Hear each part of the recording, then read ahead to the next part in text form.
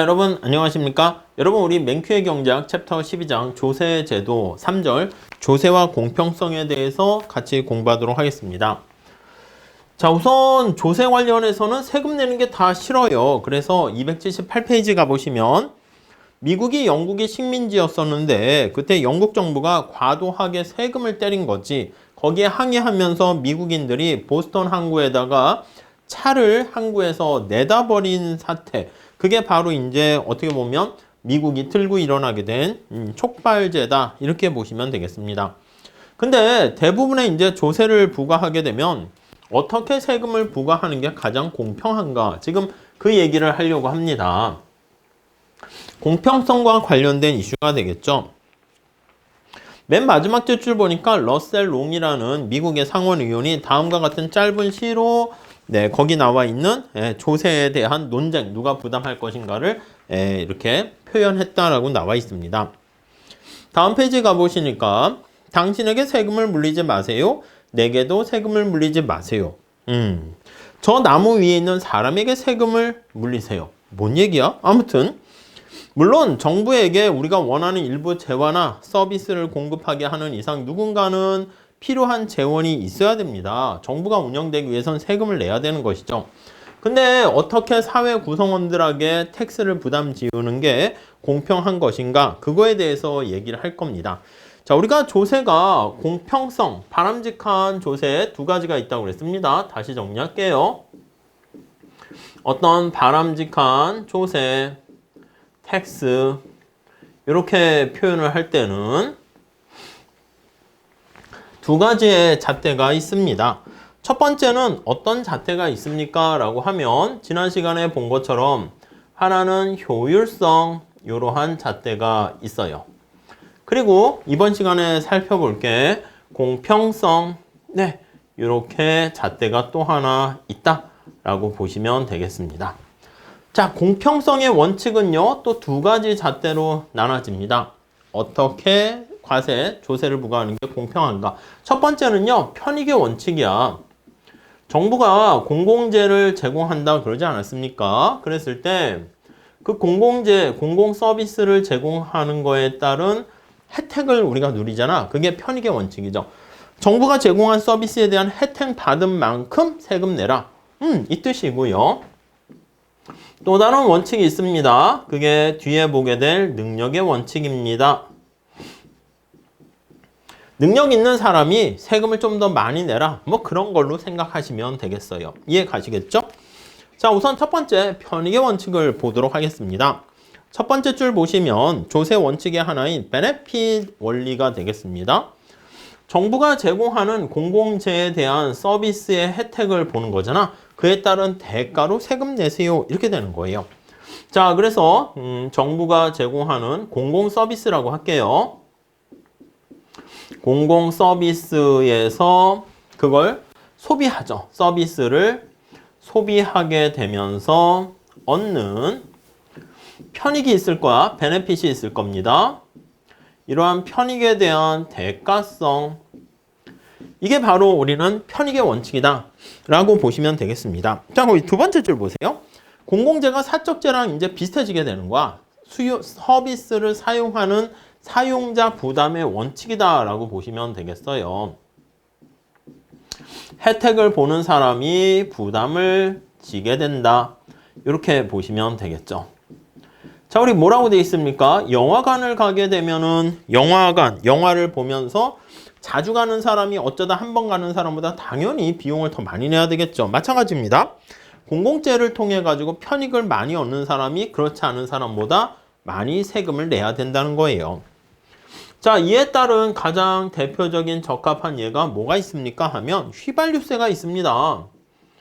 휘발유세는 어떻게 됩니까? 정부가 제공하게 되는 도로 있지 않습니까? 도로를 휘발유를 많이 쓰는 사람이 차를 많이 운영한다는 것이고 운행을 많이 하게 되면은 그만큼 도로 서비스를 많이 활용한다는 것이기 때문에 이게 바로 휘발유세가 편익에 대한 대가의 가장 대표적이다 라고 보시면 되겠습니다. 그리고 이 편익에 대한 원칙이 그러면 어떻게 공평성도 달성할 수 있습니까? 예, 우리가 봤을 때 이렇게 볼 수 있다는 거야. 거기 다음 단락 보시면 편익의 원칙을 기반으로 했을 때 가난한 사람이 세금을 더 많이 내는 거 아니야? 그런 우려가 있는데 그렇지 않다는 거야. 왜냐하면 부유한 사람들이, 부자들이, 부유층이 혜택이 크게 되면, 혜택이 크다면 공공 서비스에 대한, 그러면 세금을 더 많이 내는 거잖아. 그러면 텍스도 더 많이 내겠죠. 텍스도 더 많이 낼 것이고, 그러면 이게 바로 공평성을 더 증가시킨다. 공평성에도 부합한다. 이렇게 얘기를 할 수가 있을 겁니다. 이해 가시죠? 이게 무슨 얘기야? 한번 정리해 볼게요. 자, 거기에 나와 있는 것처럼 경찰의 방범 서비스 생각을 해 볼게요. 경찰 서비스. 아니, 가난한 사람은요, 뭐 도둑놈이 들어와도 훔쳐갈 게 없는 거야. 그러니까 잃을 것도 없으니까 사실 경찰 서비스의 혜택을 그렇게 많이 보는 게 아니지. 근데 부유한 계층은 뭔가 재산이 되게 많은 거니까 도둑놈이 왔을 때 훔쳐갈 게 많으면 피해도 그만큼 크잖아. 그래서 경찰 서비스로 인해 가지고 재산이 침해당하지 않을 가능성이, 않는 게 더 크다. 그럼 혜택이 그만큼 큰 거죠. 더 나가서 거기 보시면 소방, 국방, 사법제도 마찬가지입니다. 또 편익의 원칙을 토대로 거기 보시면 빈곤 퇴치 정책의 비용도, 빈곤 퇴치 정책에 대한 비용도 부유층이 혜택이 더 크다. 거기 나와 있는 것처럼 빈곤 없는 사회에서 살고 싶어하는 사람들, 그게 바로 빈곤 퇴치 정책이 바로 공공재를 할 수 있는데, 중산층보다 부유층이 빈곤 퇴치로 인한 혜택이 더 크게 되면은 역시 어떻게 된다? 혜택이 크니까 세금 많이 내. 이렇게 얘기를 할 수 있게 되는 것이죠.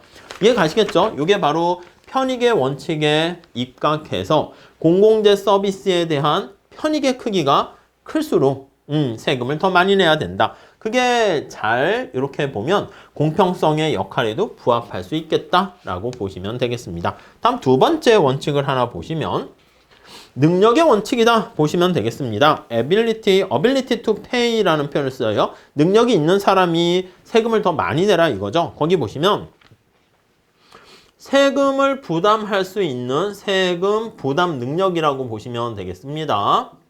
세금 부담 능력에 입각해서 능력이 클수록 세금을 많이 내야 된다. 자, 거기 보시면 이 능력에 따른 사실 원칙은 두 가지가 있습니다. 이게 세금 부담 능력이 클수록 우리가 조세를 부과하게 되면 희생을 치르는 거 아니겠습니까? 그래서 가능한 한 기본적으로 이 베이스에 깔려 있는 것은 뭐냐면 동등 희생의 원칙이다. 이렇게 얘기합니다. 동등 희생의 원칙. 이렇게요. 동등 희생의 원칙이란 무엇입니까? 거기 한번 보세요. 아니 뭐 그런 거 있잖아. 우리가 재난을 당해가지고 좀 뭔가 재난에 대한 기부금을 낸다라고 할 때 제가 만약에 100만 원 냈으면 재벌 회장님이 똑같이 100만 원 냈다? 이게 동일한 희생, 고통을 분담한다라고 얘기하기는 좀 그렇잖아요. 제가 100만 원 냈으면 재벌 회장님은 한 100억 정도를 내야지 동등한 희생이다. 이렇게 볼 수가 있게 된다는 것이죠. 그래서 거기 보시면은요. 요게 희생의 크기, 그거는 납세액뿐만 아니라 소득과 다른 여건에 의해서도 영향을 받아요. 그래서 거기 나와 있죠. 밑줄 치시면 가난한 사람에게 부과되는 1,000달러가 부자에게 부과되는 10,000달러랑 비교해 봤을 때 가난한 사람의 1,000달러가 더 큰 희생이 될 수가 있다는 것입니다. 아시겠죠? 그거 보시면 되겠는데 이 희생, 능력과 관련한 원칙에는 동등한 희생을 해야 되는 건데 여기엔 두 가지의 원칙이 있습니다. 자, 거기 보시면은요. 하나는 수평적 공평성이 있고 다른 하나는 수직적 공평성이 있습니다. 자, 수직적 공평성이다 라고 하면은 자, 이거는 수직이라는 느낌이니까 소득이 더 높은 사람은 세금을 더 많이 내라 이 뜻입니다. 자, 밑에 볼게요.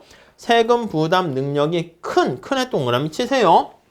능력이 크면 세금도 더 크게 내야 된다. 이거야. 되게 심플합니다.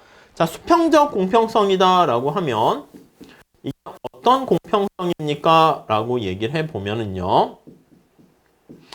자, 거기 보시면은요. 수평이니까 지금 소득 능력이 동일하면은 거기 찾았습니까? 비슷한 능력이면 비슷한 동일한 완전히 동일하다 표현하기는 그래서 근데 이제 동일하다 할게요. 능력이 동일하면 세금의 크기도 어떻게 해야 된다? 동일한 세금을 내야 된다. 이렇게 정리를 하시면 되겠습니다. 오케이? 그래서 이렇게 두 가지 원칙으로 우리가 능력의 원칙을 얘기할 겁니다. 하나는 수직적 공평성, 다른 하나는 수평적 공평성, 이렇게 얘기를 할 거예요. 아시겠죠? 근데 이게 첫 번째, 지금 능력이 크다 했는데 뭘 능력으로 할 겁니까? 소득이 많다? 소득이 많은데 거기 나와 있는 것처럼 부양가족이 되게 많은 경우에는 이게 또 자기가 마음대로 쓰는 건 아니잖아. 그런 문제가 발생해요. 그래서 한번 볼게요. 자, 먼저 수직적 공평성 할 때 첫 번째 줄 보시면 부담 능력 가지고 우리가 부담 능력이 클수록 세금을 많이 내 이렇게 되는 건데 어떻게 보면 당연한 걸 수도 있어요. 근데 얼마나 더 낼 것인가? 부담 능력이 크니까 세금 더 내 하는데 문제는 얼마나 이러한 문제에 봉착하게 됩니다. 자, 밑에 세 가지 세율 구조가 있습니다. 소득이 5만, 10만, 20만 이렇게 있어요. 자, 세액이 어떻게 됐습니까? 라고 보면요. 세금이 소득이 높을수록 소득이 증가할수록 세금의 크기가 증가하는 것을 알 수가 있죠. 이해 가시죠? 자, 여기도 여기도 보면 세액은 점차 증가해요. 다 증가해. 지금 우리가 뭐라 그랬냐면 수직적 공평성은 소득이 높을수록 세금을 더 내 이렇게 얘기했는데 이 세 가지 전부 다 소득이 높을수록 세금을 똑같이 더 많이 내는 것입니다. 근데 세 가지를 만약에 우리가 담세 능력을 고려한 평균 세율을 나타내면 이게 바로 평균 세율입니다. 소득 대비 세액이니까 자, 평균 세율을 가지고 우리가 세금의 크기를 이렇게 전체 소득에서 세금액을 우리가 계산을 해보니까 첫 번째는 25% 다 똑같아. 두 번째는 오히려 세율이 점차 떨어집니다. 세 번째는 평균 세율이 점차 증가해요.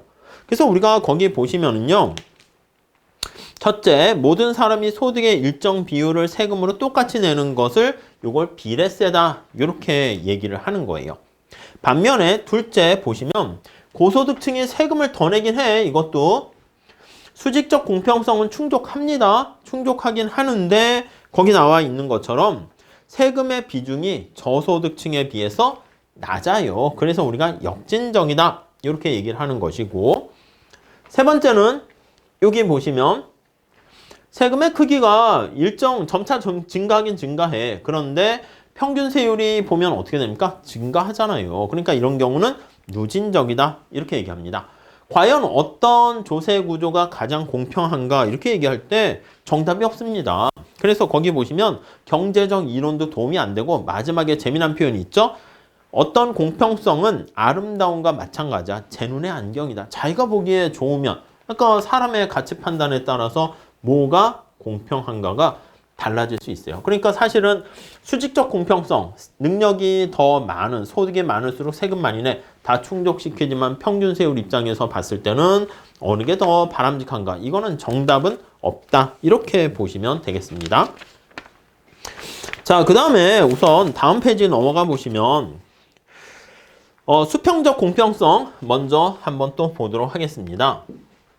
수평적 공평성은 능력이 비슷하면 세금을 비슷하게 내세요. 이렇게 되는 거예요.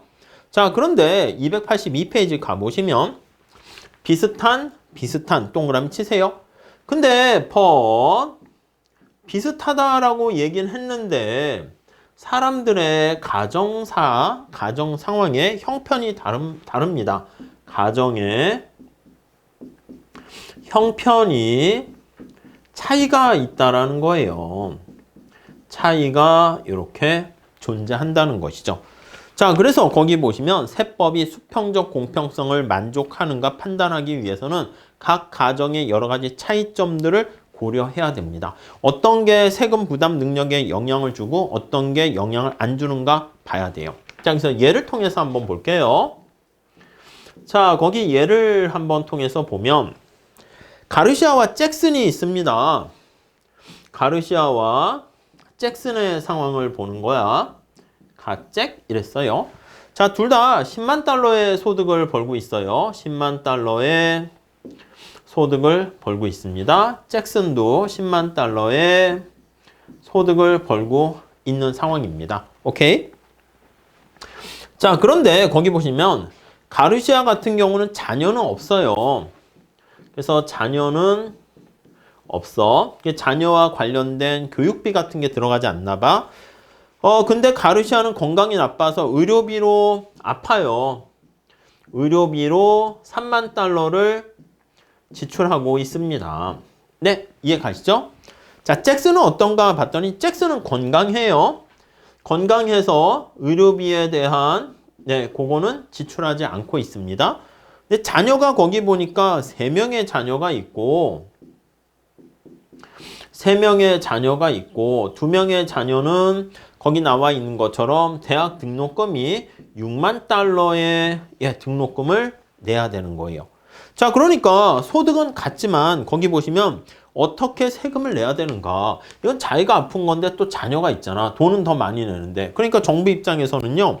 거기 나와 있는 것처럼 의료비 부담을 좀 이렇게 줄여주기 위해서 혜택을 줘야 할지 아니면 자녀들의 등록금 부담을 덜어내주기 위해서 어떻게 혜택을 줘야 될지 이게 쉽지 않습니다.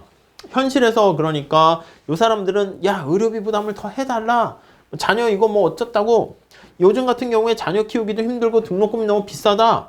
뭐 건강은 내가 잘 건강을 신경 쓰고 해서 안 든 건데 왜 얘만 혜택을 주냐? 오히려 자녀들에 대한 등록금 혜택을 달라. 막 이렇게 요구하는 게 달라질 수가 있습니다. 그렇기 때문에 어떤 항목에 대해서 뭔가 세금 공제를 해줄 것인가 그런 것들이 사실 쉬운 문제가 아니다. 이렇게 보시면 되겠어요. 자, 다음 세금 부담과 관련한 거기 케이스 한번 보도록 하겠습니다. 281페이지 가볼게요. 우리 첫 번째 줄에 보시면 조세정책과 관련해서 흔한 논쟁이 부자들이 자신들의 부에 합당한 세금을 내고 있는가? 이거와 관련해서 얘기하는 거예요. 그래서 보통 우리가 세금 순수하게 객관적으로 평가하는 게 불가능한데 우리가 현행 세금 조세 하에서 소득 계층에 얼마나 세금을 내는가 봅니다. 5분위로 나눴습니다. 나누고 최상위 1%에 해당하는 사람들 대상으로 봤어요. 시장 소득을 5분위로 나눈 거는 이렇게 20%, 20%, 20%에서 5구간으로 나눠서 이렇게 살펴봤고요.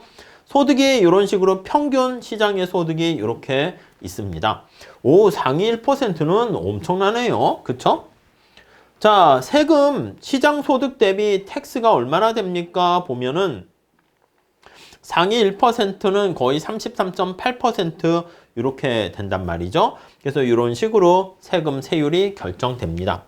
자, 그래서 거기 보시면 이러한 우리가 수치도 살짝 감으로 봐두시면 좋겠는데요.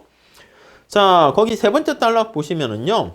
주르륵 이렇게 나와 있고 이게 평균 세율을 나타내고 있는데 이 평균 세율이 어떻게 증가하고 있지 않습니까?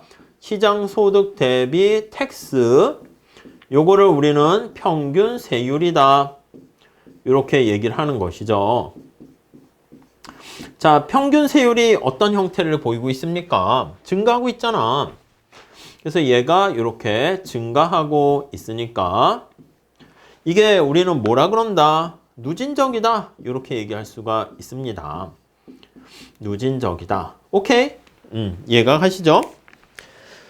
자, 그런데 납부세액에 대해서 우리가 재정 부담이 얼마나 되는가? 그래서 소득이 높을수록 재정 부담이 훨씬 세금을 많이 내는구나를 쉽게 알 수가 있는데 재정 부담에 대해서 완벽한 정보를 제시해 주는 것은 아니다. 이렇게 얘기합니다. 왜냐하면 여기 앞에서 본 것처럼 여기에다 각각의 개인적인 사정을 감안해 줍니다. 그래서 거기 보시면 여기 정부가 있어요. 정부가. 여기가 우리의 각각의 가계가 있습니다. 다양한 소득계층이 이렇게 있겠죠. 이렇게 집이에요. 집을 그리려고 나타낸 거야. 자, 그러면 우리가 정부한테 세금을 내는 게 있단 말이야. 그래서 세금을 어떻게 내는가 그것도 있지만 정부가 가난한 저소득계층이나 상황에 맞춰서 이렇게 보조금을 줍니다. 그거를 뭐라 그래요? 이전 소득을 지급한다. 이렇게 얘기를 하죠. 이게 바로 보조금이다. 이렇게 보시면 되겠습니다. 네, 이해 가시겠습니까? 자, 그래서 거기 보시면은요. 맨 마지막 줄 볼게요. 가계에 사회보장급여 그런 것들을 주거나 사회보장급여 네, 요거를 제공해 주거나 또 거기 보니까 실업 상태에 빠지게 되면 실업급여 이런 것들을 또 제공해 주게 됩니다. 그리고 추가적으로 메디케어 자 고령층 같은 경우에 아플 경우에 그거를 건강보험 같이 의료 프로그램을 제공해 주기도 하죠. 그 다음 메디케이드 주로 이제 저소득계층에 대해서 예 이렇게 도와주는단 말이죠. 메디케이드 저소득층을 위한 의료 프로그램. 그 다음에 SNAP 해가지고 종전에 푸드 스탬프 물건을 이제 음식물이나 이런 걸 살 수 있는 쿠폰을 제공해 줍니다. 그래서 식료품을 구입하는데 보조를 해줘요. 물건을 아예 살 수 있는 쿠폰을 바우처를 제공해 준다라고 보시면 되겠습니다. 다음에 주거비를 보조해 주네요. 그러니까 이렇게 의식주 같은 경우 다 이렇게 보조해 주는 효과가 있습니다. 이래서 돈을 세금을 거둔 걸 또 일부 되돌려 줍니다. 그러니까 이거는 바로 뭐냐면 여기 나와 있는 이전 소득, 이전 지출은 우리가 양의 세금이 아니라 이거는 마이너스, 음의 조세다, 텍스다 이렇게 얘기합니다. 네, 이해 가세요? 마이너스, 네거티브 텍스다 이렇게 보시면 되겠어요. 그래서 이전 지출까지 고려해서 세금 거두는 거에서 돌려주는 거니까 그것까지 빼주게 되면은 최상위 계층은 3분의 1, 소득의 3분의 1만큼을 세금을 내는데 여기 보시면 최하 계층과 2분위, 3분위에 있는 사람들은 세금을 내는 게 아니라 보조금을 받는 거야. 그러니까 우리가 봤을 때 미국 경우이긴 하지만 우리도 비슷한데 와 세금 왜 이렇게 많이 내냐 하는데 막상 내지만 받는 것까지 고려하면요 대부분의 사람들은 세금 내기보다는 받는 게 더 커요. 이해 가시죠? 여기 있는 사람은 한 5% 정도 내는 것이고 최상위층이 거의 대부분을 내고 있는 것을 알 수가 있습니다. 자 그렇기 때문에 우리가 이렇게 이전 소득 받는 것까지 고려를 하게 되면은 누진성을 우리가 이해하기 위해서는 이것만 갖고는 이해해서는 안 되고 받는 것까지 고려해야지 정확하게 얘기를 하게 된다. 이렇게 보시면 되겠어요. 아시겠죠? 자, 다음 볼게요. 자, 그 다음에 조세 귀착과 조세의 공평성 한번 보도록 하겠습니다. 우리가 뭐가 공평한가? 그건 봤습니다. 편익의 원칙, 능력의 원칙. 능력의 원칙도 수평적 공평성, 수직적 공평성 이렇게 있습니다. 자, 그 다음에 첫 번째 줄에 보시면 텍스를 부과했는데 귀착, 인시던스 누가 실제로 부담하는가? 이게 우리는 진짜 또 관심사가 되는 거예요. 실제 부담은 누가 지는가? 예, 그걸 보려고 합니다. 자, 그래서 세금 고지서를 받은 사람과 실제 내는 사람이 달라질 수가 있습니다. 다를 수가 있다 이렇게 얘기합니다. 그래서 우리가 뭐라고 할 수 있냐면 이렇게 가치가 창출되는 상황이 있어요. 여기 이제 기업이 이렇게 있습니다. 그래서 기업이야. 그래서 기업이 물건을 만들어 가지고 이쪽에 이제 소비자 있어요. 그리고 기업이 물건을 만들 때 인풋에 해당하는 게 여기 근로자 이렇게 있다라고 할게요. 노동자 이렇게 보시면 되겠습니다. 자본의 공급자도 있고. 그래서 밑에 사례 연구도 나와 있는데 우리가 생각할 때 정부가 야 기업에게 세금 내라 이렇게 법인세를 부과했다 할게요. 자꾸 개개인들에게 하지 말고 야 법인 기업 잘 먹고 잘 사는 뭐 대기업에 해라. 삼성, 현대, LG에 세금 펑펑 때리면 되지 않느냐 뭐 이렇게. 그런데 이 기업이 처음에는 자기가 부담하는 것처럼 보일 수 있는데 어떻게 하냐면 자기가 실제 부담하는 게 아니라 이렇게 떠넘긴다니까. 우리 수요 공급에서도 봤잖아.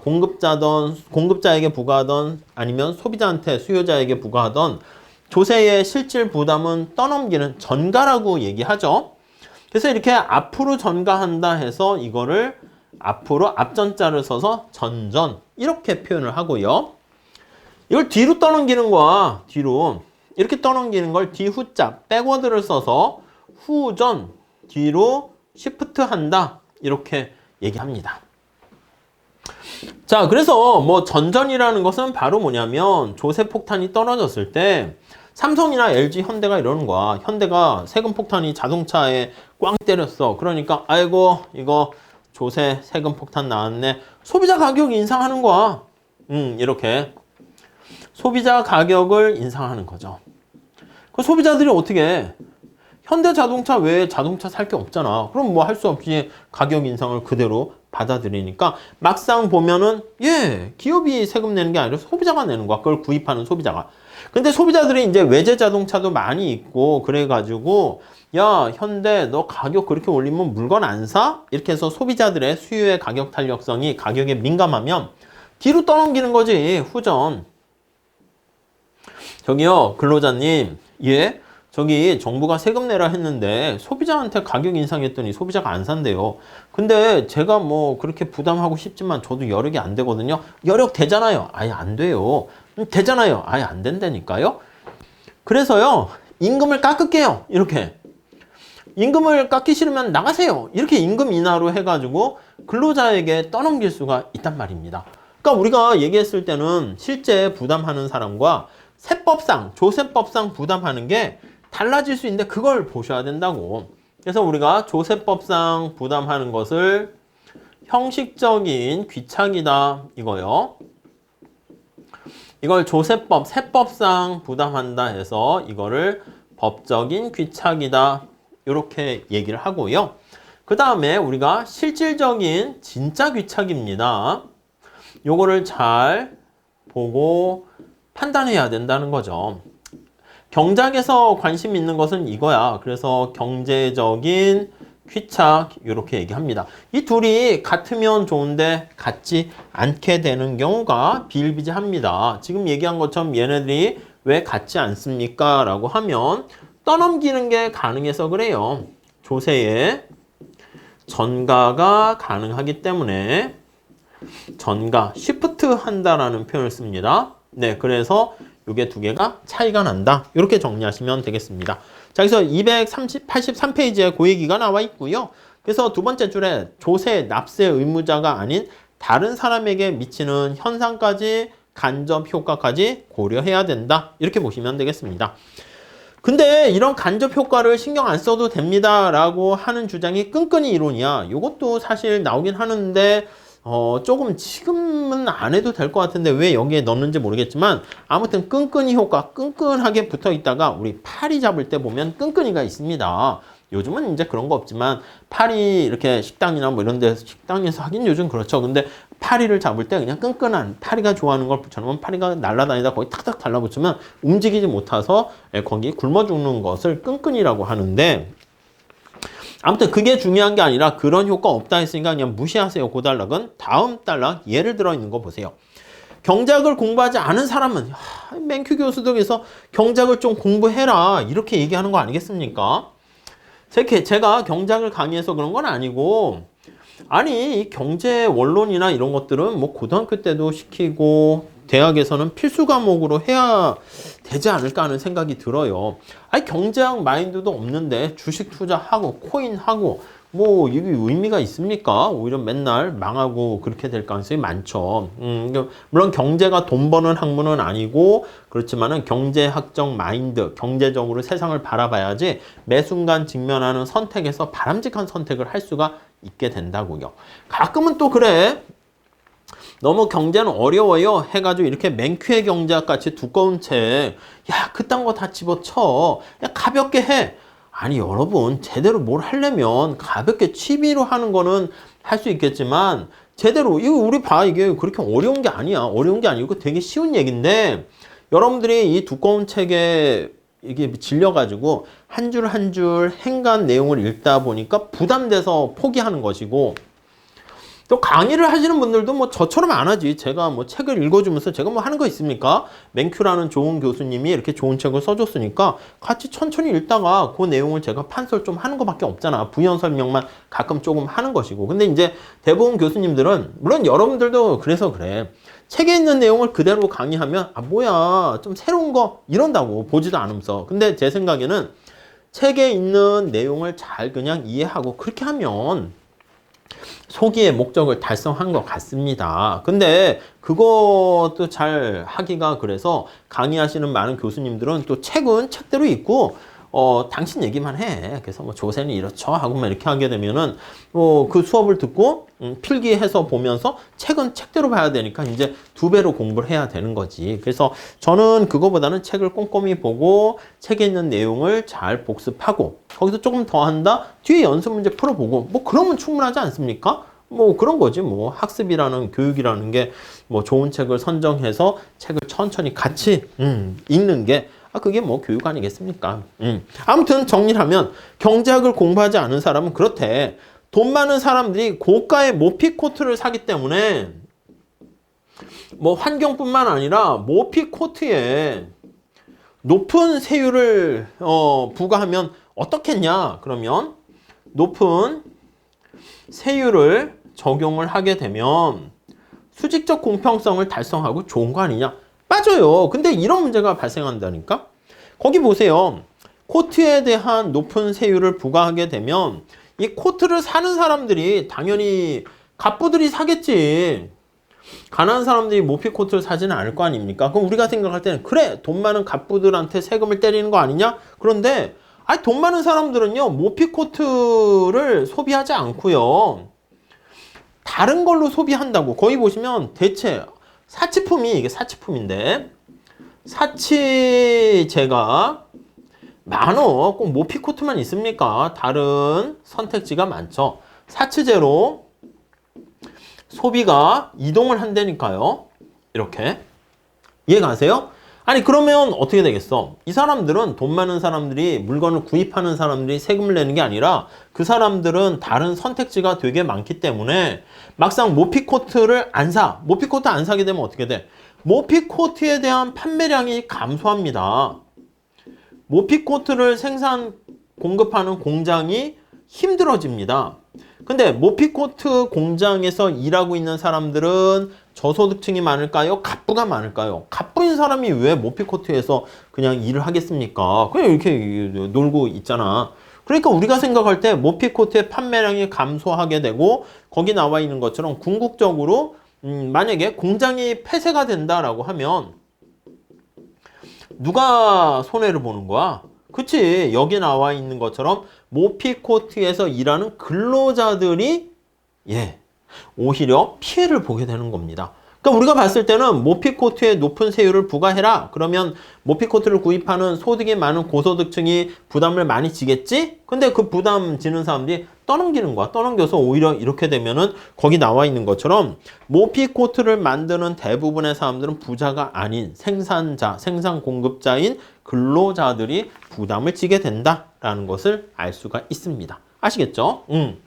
그러니까 이런 조세의 전가라는 이런 효과까지도 우리가 고려를 해야 된다는 것입니다. 자, 그 다음에 요 법인세는 누가 부담하는가? 자동차 만드는 게 거기 나와 있습니다. 이 근로자들도 법인세 일부를 부담한다 이렇게 나와 있잖아. 우리가 얘기한 것처럼 앞에 그림을 그렸지만 법인세, 법인 기업, 삼성, 현대, 뭐 LG 이런 데다가 세금을 때렸어. 근데 기업이 그대로 그걸 부담하는 게 아니라 떠넘긴다니까? 자, 여기서 거기 두 번째 보세요.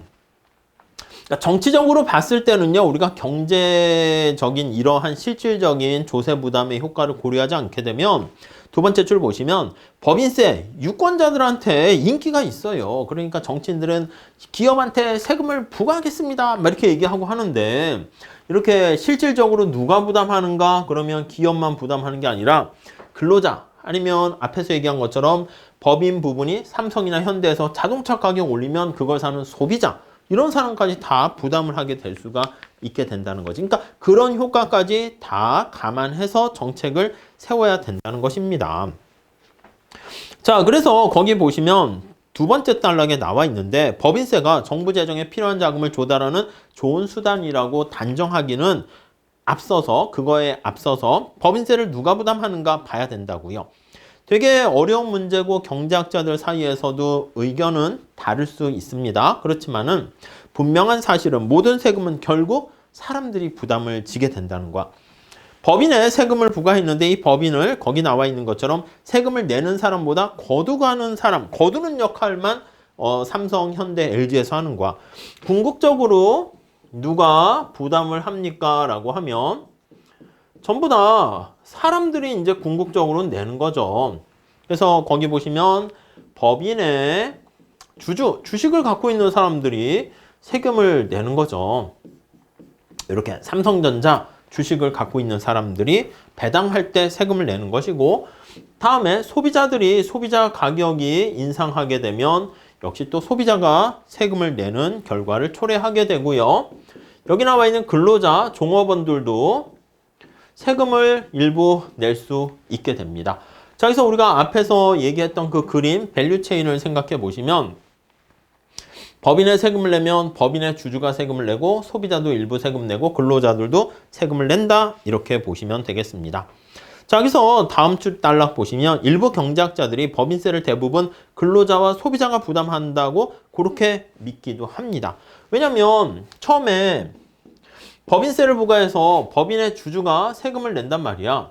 근데 주주 입장에서 어떻게 되냐 하면은요, 처음에 손해를 보지만 주주는 또 다른 반응으로 경제적인 대응을 합니다. 밑에서 세 번째 줄에 보시면 자동차 제조업의 수익이 낮아지게 되면 이 주주는 삼성전자, 현대자동차의 주식을 파는 거야. 팔아가지고 새로운 자동차에 대한 투자를 줄이고 자신의 재산을 다른 곳으로 이동하게 됩니다. 주주가 이 법인의 주인이었잖아. 이걸 팔고 주식을 팔고 세금을 피하는 거지. 다른 데로 가. 거기 보시면 고가의 주택을 짓거나 고가의 주택을 구입하거나 아니면은 거기 나와 있는 것처럼 다른 업종, 자동차에 과세하게 되면 나 다른 거 냉장고 쪽으로 갈래 해서 다른 업종으로 도망을 가게 됩니다. 자, 거기에 투자를 하게 됩니다. 아니면 해외 공장으로 가는 거야. 그러면 현대자동차에 세금을 때려? 그럼 내가 수익률이 떨어지네.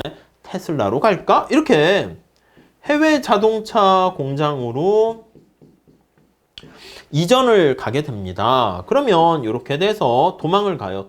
도망이라고 표현하면 그런데 아무튼 회피를 하게 됩니다. 자, 그러면 거기 자동차 공장 자체가 감소하게 되면서 자동차 공급이 줄어들고 자동차 생산이 줄어들게 되면은 근로자들이 어떻게 일거리가 줄어드는 거 아니겠습니까? 이렇게 여러 가지 이유 때문에 현대 자동차 공장도 해외에 하고 이렇게 하면은 근로자에 대한 수요도 감소하게 되면은 과세로 인해서 자동차 가격이 올라가고 프라이스입니다. 근로자들은 임금이 하락하고 이렇게 되면 뭐야? 이쪽에 떠넘기게 되는 거죠. 그러니까 우리가 생각할 때 법인세를 부과했을 때 법인의 주체인 주주들이 무조건 다 세금 내게 되면 오케이, 괜찮을 수 있는데 현실에서는 이렇게 떠넘기는 효과가 존재할 수 있어요. 그래서 그것까지 고려를 해야 된다라고 보시면 되겠습니다. 자, 다음 문제 좀 볼게요. 자, 통행료는 도로를 이용하는 시민들에게 부과되는 세금인데 통행료 징수 정책은 어떤 걸 활용한 것이냐? 자, 편익의 원칙을 적용한 것이다. 이렇게 보시면 되겠죠. 요거는 다 무슨 원칙? 능력의 원칙입니다. 능력의 원칙에 기반을 둔 것이다. 이렇게 보시면 되겠고요. 자, 다음 7번 볼까요? 미국의 최상위 1%의 소득 계층은 소득의 몇 퍼센트를 대략 대략 한 30%가 좀 넘었죠. 32, 33 이렇게 나라마다 시대마다 좀 차이가 나는데 그 정도 된다는 거 알 수가 있고요. 자, 다음 8번 문제도 한번 보도록 할게요. 8번. 이거 빠졌는데 8번 살짝 봅시다. 만일 기업들이 법인세로 인해서 자본 투자를 줄인다라고 하면은 자, 그럼 어떻게 돼? 자본 투자를 줄이면 노동자들이 법인세 일부를 부담하는 거 아니겠습니까? 자본 투자를 줄여서 공장이 줄게 되면 노동자가 그 부담을 지게 된다. 이렇게 보시면 되겠습니다. 자, 그 다음 이제 결론 한번 살펴보시면 거의 첫 번째 단락 볼게요. 여기도 나와 있는 것처럼 조세를 부과할 때 효율성과 공평성 이 두 가지 측면에서 바람직한 조세의 기준을 잡아야 됩니다. 이 두 가지 기준이 좀 뭔가 충돌되는 경우가 되게 많습니다. 그래서 만약에 우리가 세율을 올린다라고 하면 세율을 인상하게 되면 보통은 어떻게 됩니까? 하면은 세율, 특히 한계 세율에도 영향을 미치게 되면 효율성은 떨어질 수밖에 없어요. 효율성은 떨어져요.